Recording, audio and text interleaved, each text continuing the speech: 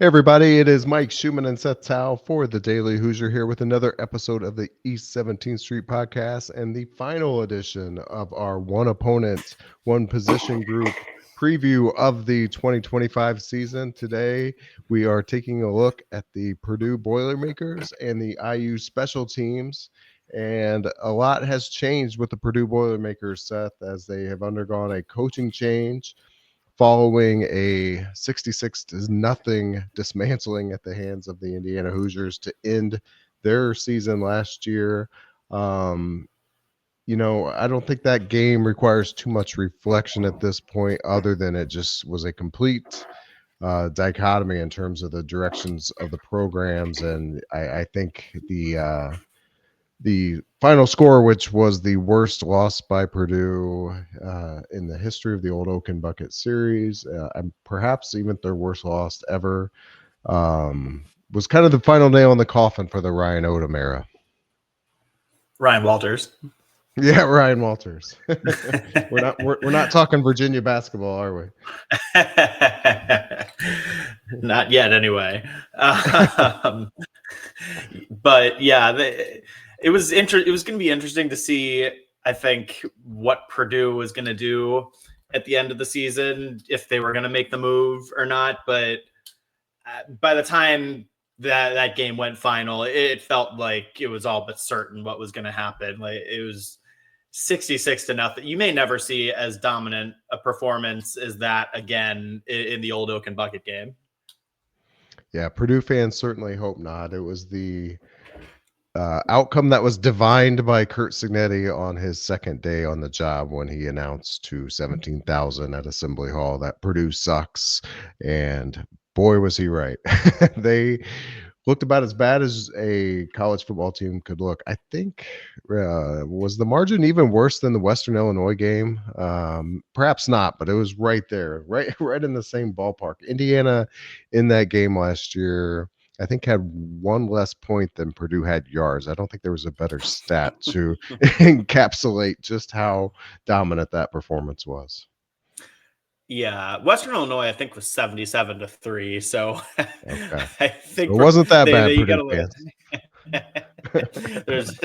Is that really a silver lining? I think the silver lining for Purdue is that they have moved on to the Barry Odom era, and he comes by way of UNLV, has also been a head coach at the Power 4 level, including Missouri. What was your reaction when you heard about Odom, or after you've spent any time in the intervening months since thinking about what that hire how that could play out for Purdue?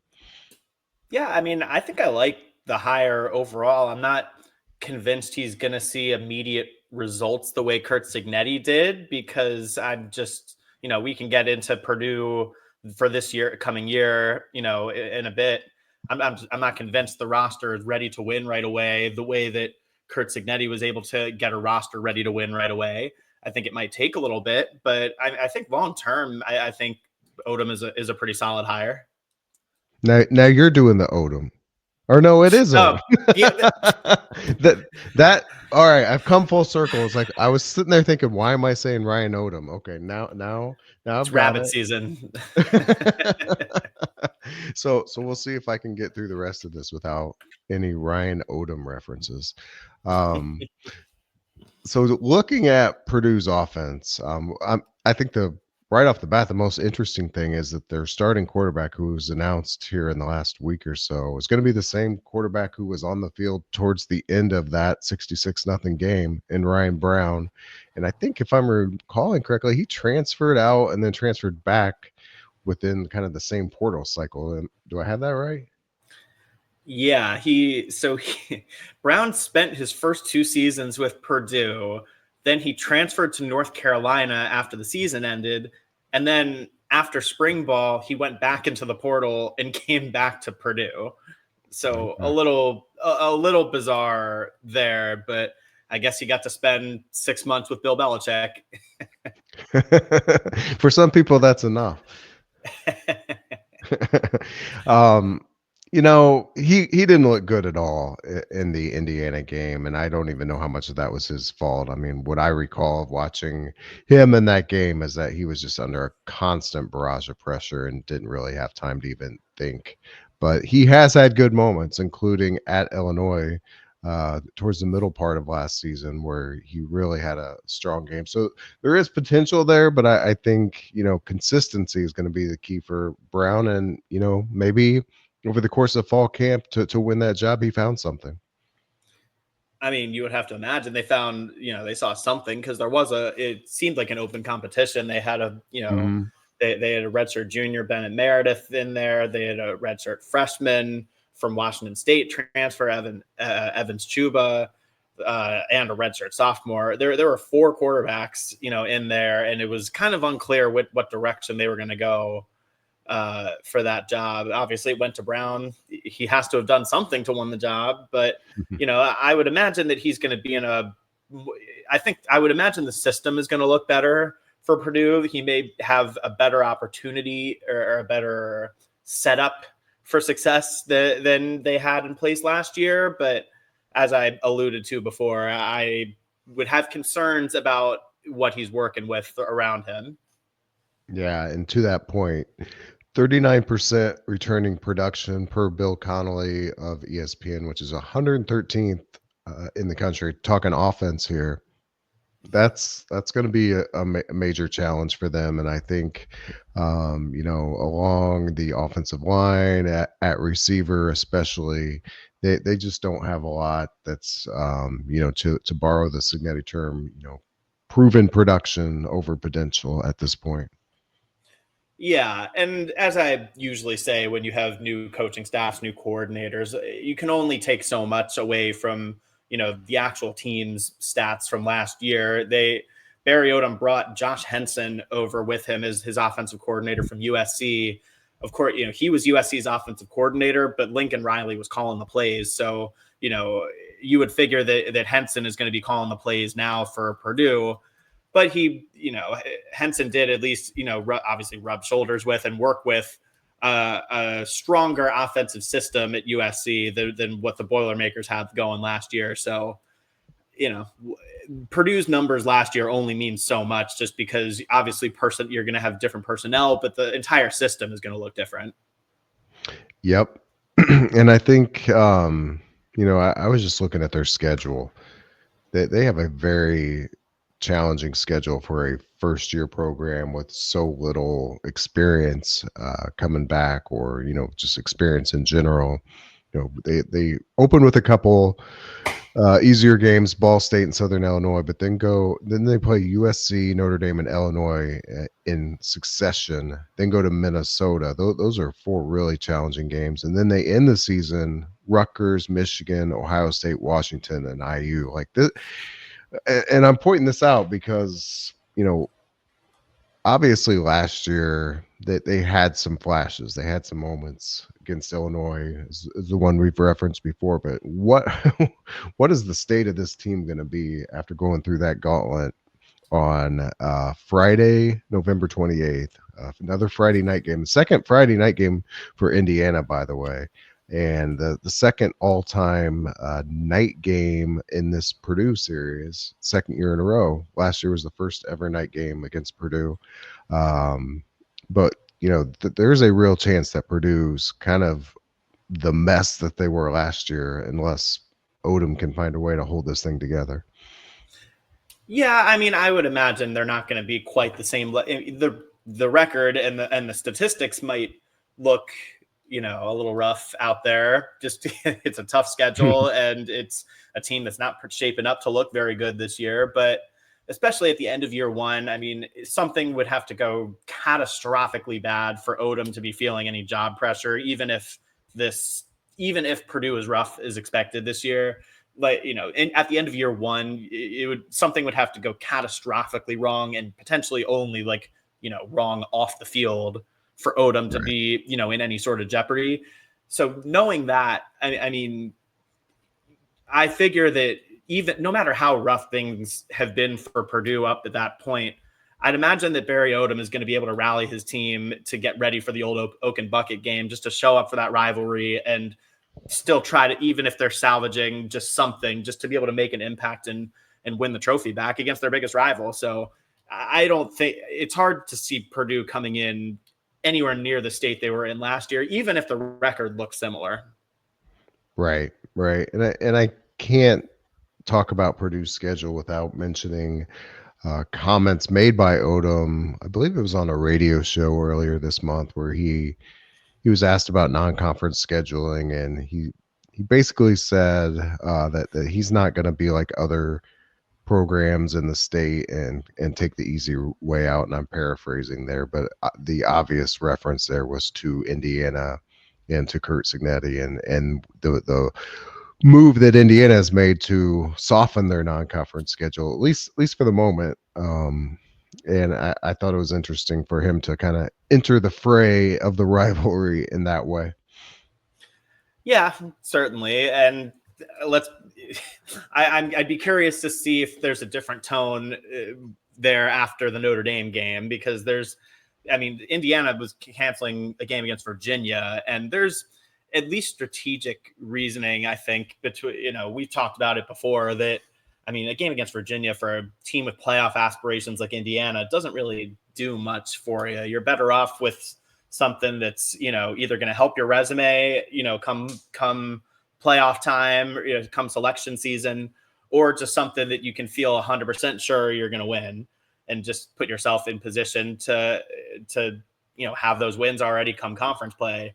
Notre Dame would be the type of game, the type of standout opponent that, would be beneficial to Indiana on the schedule. But Purdue is just not at that level this year to where, that game is going to get pretty ugly. Let's be honest.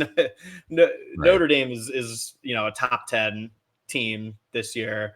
And there's taking the easy way out, but and not taking the easy way out, but that's kind of a step above, taking the not easy road.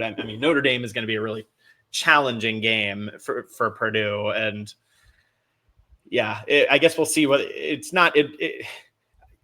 Barry Odom is clearly not going to be as brazen and outspoken as Curt Signetti has been since Signetti came to Bloomington, but doesn't necessarily surprise me that he wants to get a little jab in where he can. Yeah. I get it too from that standpoint. It was a little disingenuous in my opinion, because Purdue has always fancied themselves as a rival of Notre Dame. I don't think Notre Dame necessarily views Purdue in the same light, but I don't know that Odom really comes into this situation with any real ability to just cancel a series against Notre Dame. I can't imagine that would be that would go over too well with his own fan base, with his own administration, let alone throughout the eyes of college football. So I don't know how much ability he really has to get that game off the schedule and schedule like Indiana is in any event. Yeah, that'll be a tricky one for Purdue. I'm sure Barry Odom would probably prefer to not have to play Notre Dame, but right. So it goes.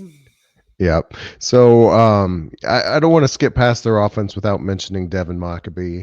I kind of did a double take when I was reading your preview of Purdue at the Daily Hoosier, because I didn't realize he was going to be back. He's been a highly productive running back since he was a freshman in 2022.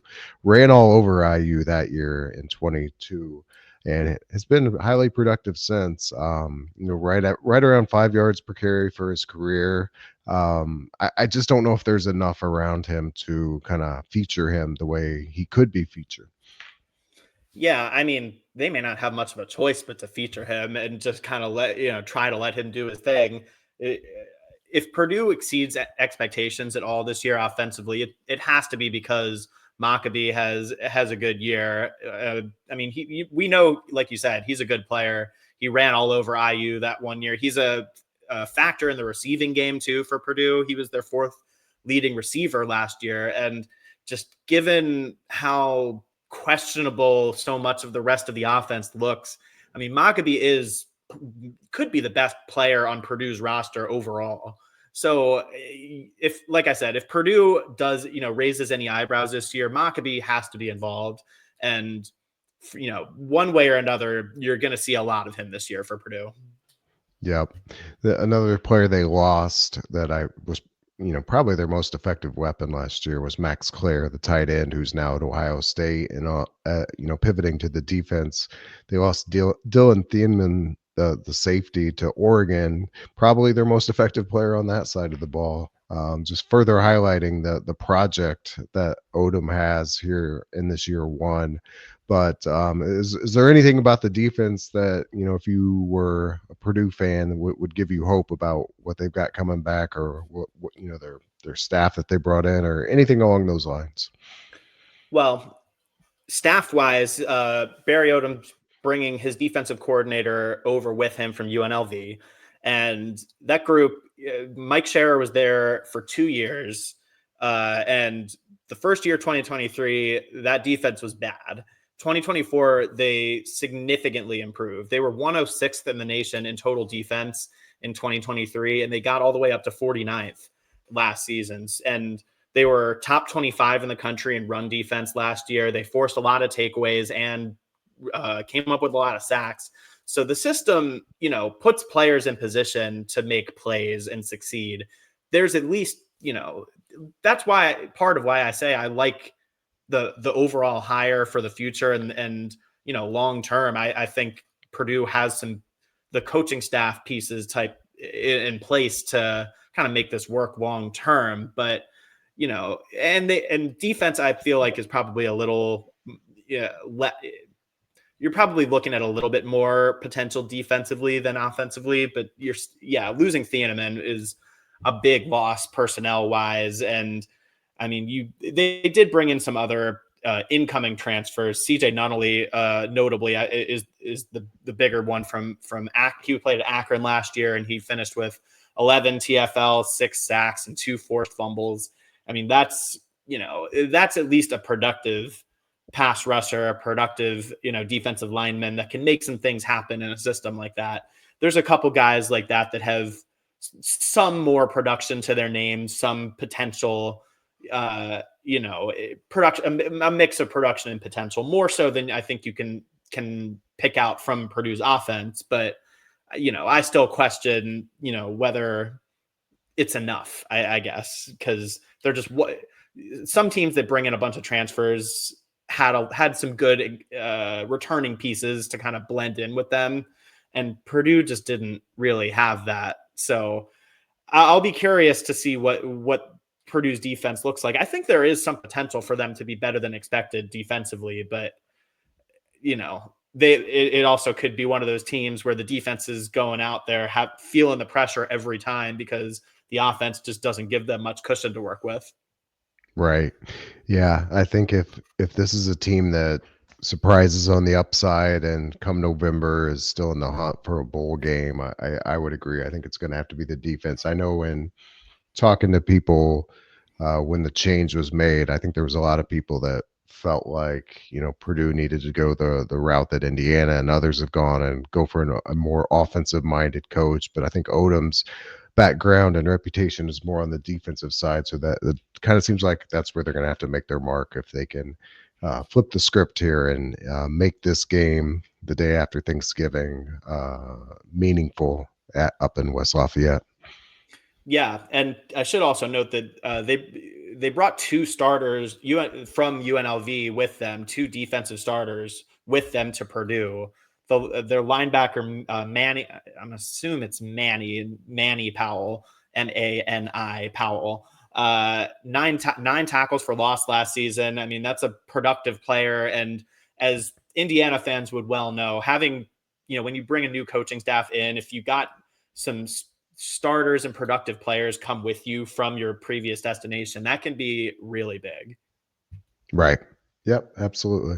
So let's pivot over to the IU special teams, and this is a group that has some key guys returning, some key guys gone, as well as some uncertainty as we record this just a couple days before the start of the season. I guess we can start with the returning known factor, and that's kicker Nico Radicic.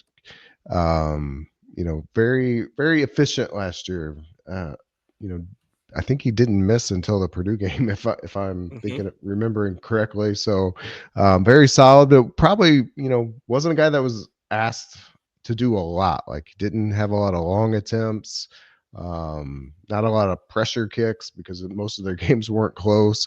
But in his first year, really, you know, under the gun, and I think he was successful. I think the question is, and you can share because you asked Kurt Signetti this question last week, is can he expand his range? Can't it be more asked and expected of him this year? What was your reaction to what Signetti told you with that question?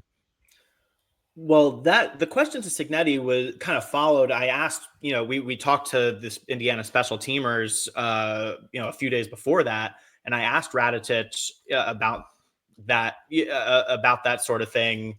I mean, he can't control the usage, obviously, but just Right, because we hadn't, you're right that he wasn't asked to do a ton last year. I mean, and it's not really his fault. It's just, I think that's just the nature of Kurt Signetti as a coach so often that hmm, Indiana was very aggressive on going for it on fourth downs if it was a reasonable distance, even if it was within field goal range, long field goal range. Indiana would usually push the button and try to go for it on fourth down, control the clock, keep the offense on the field. And they were typically pretty successful at that. So, and Kurt Signetti was never really one to second guess decisions like that. And I don't recall that many instances where, they left the offense on the field instead of kicking it. And we scratched our heads wondering why he would do that. right, That said, I asked Radicic, kind of something along the lines of, where would you say your range, like how would you describe your own field goal range? Where was it at last year? And he said, last year he was maxing out around 53 yards, which to mean like that's the furthest kick he would feel comfortable making, right, was from 53, that he could go longer than that. But, it, if he's saying, okay, this is the furthest out that I know I can make that kick. He maxed out around 53 last year. And he said that now it's at around 55 yards out. So, you know, they have a kicker with a leg. He's clearly pretty confident and doesn't get up in his own head too much about kicking the kick, which, and it's obviously such a mental thing, kicking, and the little one miss can kind of derail your whole process and your whole routine. It's just such a mental game, almost more than anything else on the field for football, playing kicker. So in that sense, it's almost just a game by game sort of thing. You just have to see how he continues doing. But as far as, then I asked Signetti, I told him, that's what Nico said, that he feels confident up to 55 now. Like, and asked if he's more willing to kind of unleash him this year. And I mean, Signetti, for his part, it did mention, he has a lot of confidence in Radicic. They know what he can do, and they will not shy away from using him, something along those lines. But he, of course, wasn't going to give away his actual plans and strategy and right. all that. So we'll just kind of have to wait and see how much more, if at all, they're going to use Nico Radicic. But I mean, there is something to be said for a guy that's as consistent as he was on extra points and on shorter field goals. Some of the usage also may just depend on game situations. If they end up in more fourth and longs from 50 yards out, something like that, that might force their hand. Right. Yeah, no, I think it's pretty clear that Signetti is loath to attempt a field goal from directionally around the 35-yard line, and risk giving the ball up, it towards the middle of the field, rather than just go with an offense that's as effective as they were last year, and we think they're going to be this year. So I don't know if he'll get one of those attempts unless it's like into the half or something like that. Or like I But say, fourth and long and a field goal. situation where it's Yeah. 45, 50 yards. And, maybe in that sense, they could be more comfortable throwing Radicic in there instead of punting. Yeah, for sure. But I do remember thinking last year, like if I've got one question about this guy, it's just, could he make that long kick if he needed it in a pinch? And I guess maybe we'll find out here at some point. I do like his moxie too. Like I can just listening to his interviews, like he's comes across very confident, very sure of himself. So seems like good qualities in a kicker, but as you're suggesting, it's all about what you do in the moment. And Yeah. hey, we'll You we'll see. mentioned I'm you sure. mentioned the pressure kicks too, that we didn't get to see a lot of them last year. He did. I feel like it was the Michigan game last year. Yeah, That game was a yeah, close home game, and he had a couple really important kicks in that game. That I mean, Indiana won 20-15, and Radicic made two field goals, including one near the end of the game that took the lead from 17-15 to 20-15, and that was one of the biggest pressure moments, really, I felt like all season for Indiana up to that point. Just you didn't have that much pressure for most of the season with the way Indiana dominated, and Radicic stepped up and made those kicks. yeah. No, I'm glad you brought that up. That was a great point. I do remember that, thinking in that moment, like this is the biggest kick he's had to take all year, and it did force Michigan to have to score a touchdown at the end of the game. So it was very critical, and he stepped up, and no doubt that emboldened his confidence quite a bit.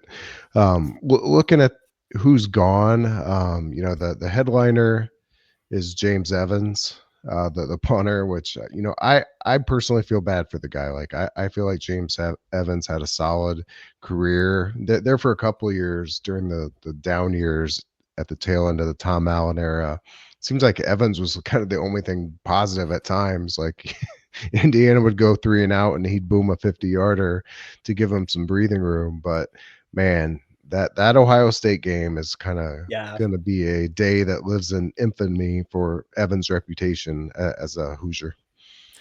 Yeah, and that really is unfortunate because he was typically pretty steady. I mean, to be frank, he might have taken a little bit of a step back in terms of his punting last year Hmm. from what we had seen in previous years. There were a couple. If I remember, I think he shanked one at Notre Dame too.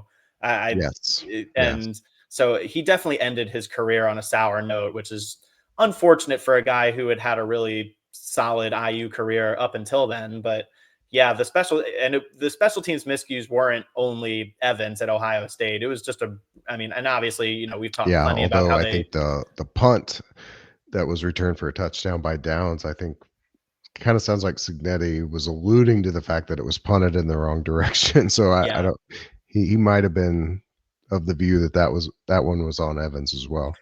yeah, it was just a tough day for James Evans. And I mean, the dropped snap, the dropped punt snap is that unfortunately might be the lasting memory that some fans have of James Evans. Yeah, it's a tough one to get out of your head, and it's almost inconceivable because I would bet you that in his life, James Evans has caught probably tens of thousands of snaps, counting practice, counting everything. Like it's just like to have it happen in that moment where to that point, like Indiana was probably going to go into halftime tied, and that just completely flipped the game. But not to beat up the guy. I mean, like I said, he had a good career. He just went from like 5, 6 punts a game to one a game, and I part of me just wonders if he felt out of rhythm because he had such a limited role after being so heavily utilized his first 3 years.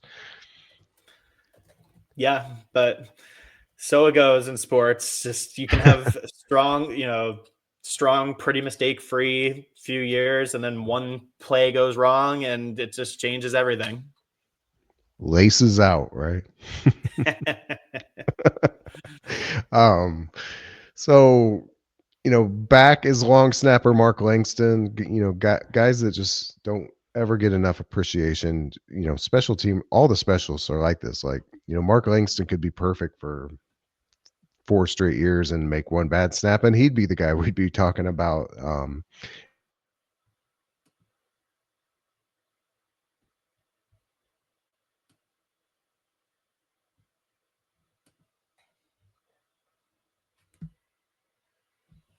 there. Um, the new punter, I guess we know this, is Mitch McCarthy. I don't really. There's other punters on the roster, but I don't think there's a real competition there. Is he from Australian or New Zealand? I'm putting you on the spot there. I know he's got the accent. I know he comes from that background, but do you know? I believe it was New Zealand, but don't quote me on that. I have a roster Okay. right here. Give me a sec. Give me a second. Yeah, so that same kind of lineage of punters like Evans, it comes from that part of the world that kind of are trained from a young age to specialize in kicking. But Australia. okay, and he's a veteran guy, comes from UCF and been around for a while, so he should be solid. Brendan Frankie is going to probably be your kickoff specialist, and he comes from Texas State, another transfer. So those are kind of all relatively known commodities. You get into the unknown, and that's the return aspect of the game. I know you said in your special teams preview that Solomon Van Horst is going to be the guy. Are you confident in that? I mean, I've seen nothing suggesting otherwise. I mean, he handled it all season last season, and I mean, really, and frankly, I mean, they don't return enough kickoffs for it to be, the biggest thing for the kickoff returners is just catch the ball and secure the Right, ball. Because I right, mean, Van Horst, I mean, was their kickoff returner all year, and he may have only run out like 4 or 5 total kickoffs all season. I mean, right.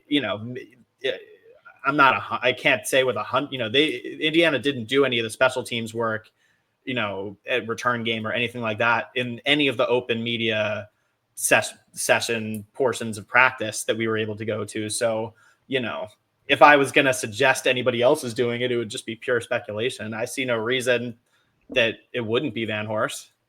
Yeah, and as you suggest, kickoff returner might be a misnomer. Kickoff catcher might might be the better description. Van Horst is a veteran guy, been with Signetti for 7, 8 years. I guess you say seventh year graduate student right here.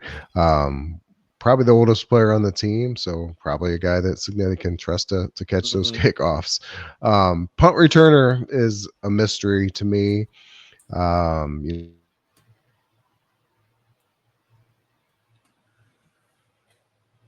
Congratulations to him. He just made the Vikings 53-man roster, in part because he's going to be a returner for them. So obviously that work last year translated, and Indiana's going to have to fill those shoes because both him and, as I mentioned, Williams, who had a massive return against Michigan last year, um, you know, Jonathan Brady is an option here. Anybody else come to mind? Like, I don't know that they would put this kind of duty in the hands of a true freshman, but LeBron Bond might be one of the fastest players on the team. So he's another possibility that at least comes to mind.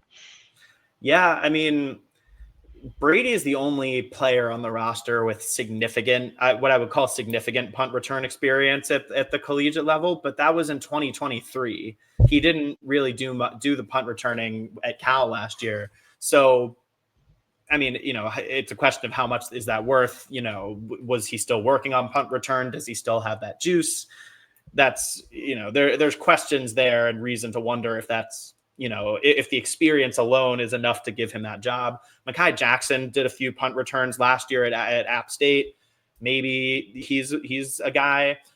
I mean, LeBron Bond is definitely an interesting candidate just because of that speed, but punt return is just such a, it's similar, in kick return. Like, you need to be able to catch the ball. Just having, I mean, we saw it with Jalen Lucas a few years ago. Just the fact that you're a good kick returner and the fact that you're a good athlete. I mean, catching punts is a weird thing, different than almost anything else you're doing out on the football field. And even some of the best athletes are, going to struggle with that, alluding to Lucas. So, if LeBron Bond is able to kind of, if he can consistently catch punts, I'd imagine that he could give them quite a spark in the return game. And there's a few other guys, honestly, some other, true freshmen, I mean, that, have that similar type of athleticism if they were able to, be a productive, be consistent in terms of fielding the ball. I mean, Jalen Bell's another one that comes to mind. Like, if he was able to, feel the ball consistently, he's somebody that you could maybe put out there. There's options, but it's just totally unknown who's even in the mix for that. And it seemed like that was one of the last jobs to be settled on the entire roster. Mm-hmm. Just, I would imagine that they've got that figured out by now. But, at least as of early last week, it sounded like there were still 2, 3, 4 guys in the mix for that job. So it's one of those things where we're not going to know who is doing the punt returning until there is a punt in the game. Even during warmups, I mean, they're going to cycle through, during warmups, I guess we would start to figure out who at least was in the mix for the job, but they're going to cycle through enough different guys catching punts and warmups that you just won't really know until there's a punt in the game. Yeah, well, the good news for Indiana is the first 3 weeks are probably going to be a lot of punts to return in those games. So even if they are still sorting things out, that they will have plenty of options and plenty of opportunities to get some punt returns in and make sure these guys are game ready. Because, gosh, you bring up Jalen Lucas, and it's one of those things I'm never going to forget. As we watched one of their scrimmages a couple of years ago, and he was the punt returner, and I think like he probably dropped like 2 or 3 in a row. And I remember thinking, man, if if that translates to the game, they've got a real problem. And sure enough, he did drop 1 or 2 early on in the season that were pretty instrumental at the time. And so it's kind of like with all these specialists, it's just an art form. There's a lot of mental aspects to it, and we'll have to special see on teams that for a one. reason. There you go. There you go.